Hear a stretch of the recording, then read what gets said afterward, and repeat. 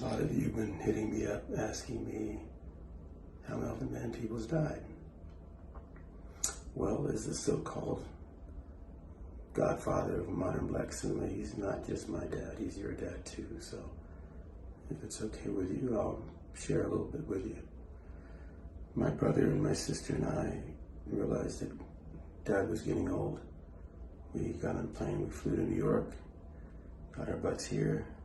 I felt very strongly that Dad would not want to pass to the hospital, and I was lucky enough to get him home.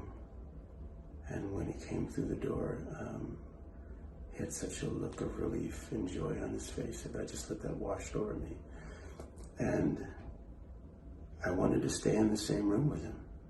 And he has a bed, a little bed, and there's a cot in there, and I slept on the cot beside him.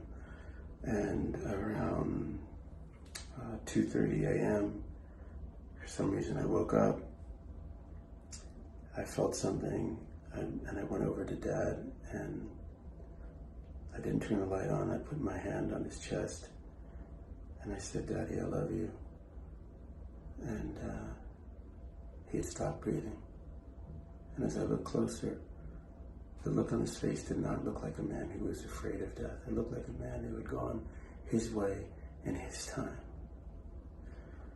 And I mean, what a class way out. I thought, may I be so lucky to go out with my family close by, at home, peacefully. Sometimes we think of death as a tragedy. People are calling me up saying, "I'm so sorry, I'm so sorry." And we think of birth as a miracle, but maybe birth and death are just different sides of the same mortality coin. None of us are going to live forever, ever, and none of us gets out of here alive. So how are we going to go out? Well, he demystified it a little bit for me. Growing up with him, I saw a life well lived, fully lived. And I think the real tragedy might be not doing what you came here to do in this lifetime.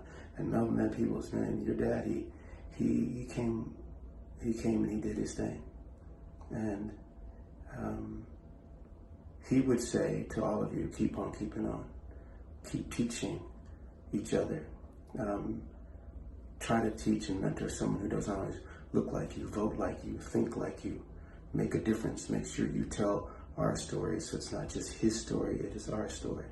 Daddy said to me, some fathers will teach you how to play ball. I'm going to try to teach you how to own a team.